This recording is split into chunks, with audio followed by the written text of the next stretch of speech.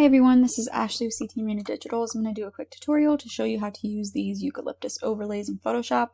I was not even gonna add these to the shop. I made them specifically for this image, and then I had a couple people ask about them, and I figured I would just do a tiny tutorial showing everybody how to use them and link them for free in the group.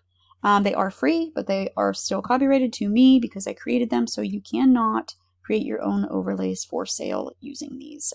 Even if you, because you can if you want, after downloading them from the group, you can try to just select just the leaves and use them in your image if that's easier, but it's going to be without the stem, and selecting just the stem can be a hassle without selecting a lot of the white. Anyways, hence my reason for not creating these as transparent files, because my workload does not allow it right now. So free for you.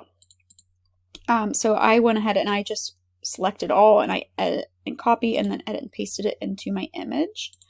And then I changed it to so this is just copy and paste, and then you need to change it to multiply blending mode.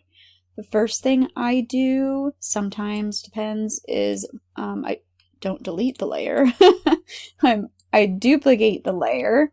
Oh my god, I did it again. I duplicate the layer to make it a little more visible.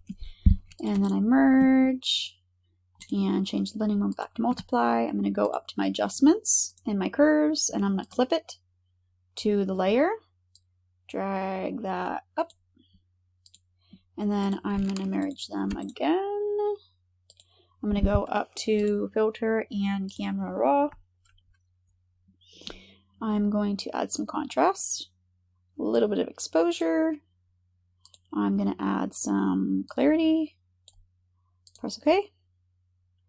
Change my back to multiply blending mode. I'm going to create a layer mask and use a black brush at 100% opacity, soft black brush at 100% opacity, and I'm going to brush that darker spot of the white off. And if I just change between black and white, we'll use white to brush back on. If you delete some you shouldn't have. And you basically just want to mess around with it until you can't see the white anymore. Which, like I said, is not, here, let me show you real quick actually. If I'm going to edit and copy, edit and paste into the image. So you can see, like, if you wanted to leave it like in focus like that, you're not really going to be able to do that on a colored backdrop because it's going to show through. If you added blur, I wonder. Maybe if you added blur and then duplicated the layer until you couldn't see through it. Yeah, no, it doesn't really work. I mean, you could play around with it and you could probably get it to work, but like I said, I made these specifically for this backdrop, and these will be really pretty on white, specifically to go with this dress if you have it already in your client closet. So I'm going to go up to, I could leave it like this, but I like to add a little bit of blur so the subject stays the main focus. Filter blur, Gaussian blur, I think I did like 10. And press OK, and that's it.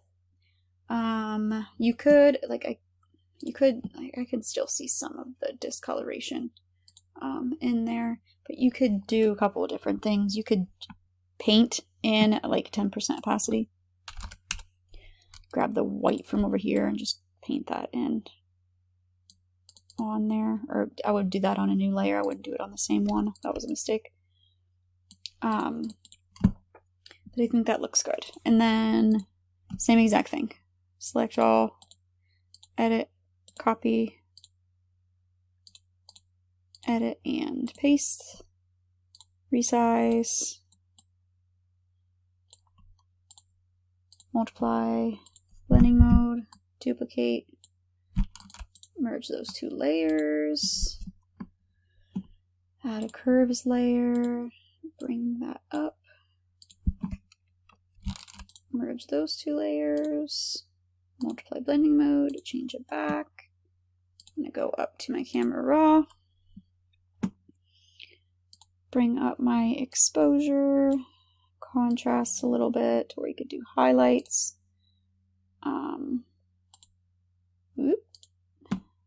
Clarity.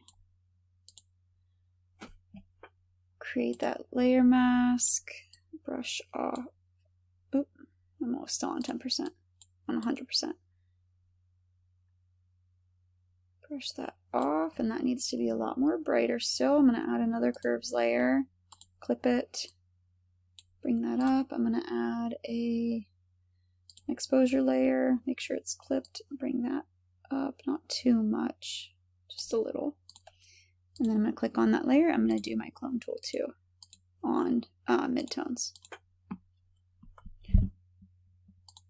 Okay, merge all those three, change it back to multiply, filter, blur, Gaussian blur. And then after you flatten the image, you can, again, if you want, create another layer, use a soft brush, 10% opacity. I would select a little bit brighter of a white and then just brush over it a little bit, help blend that in just a little bit more. If you wanted to, you don't have to do that. But if you don't like the color, like these ones match this dress or this gown pretty well, but if you needed to change the color of them at all, you could just go up to your adjustments and add a hue saturation layer and clip it and drag if you needed it to be, well, you could do purple leaves, I guess. But if you needed it to be like a little bit more yellow or a little bit more towards like the blue side, you could add some like, probably make them kind of autumn color in there. That would be pretty. But you can do that too. But that's it. If you use these and you post them anywhere, I don't know if I said this at the beginning already, and anybody asks where you got them, you can just tell them they're free, but please link them to the group. Please do not send files and share them. I would like anybody that these are just for the group members, so please link them to the group if they are interested in purchasing. If you have any questions, you can comment in the group under the video.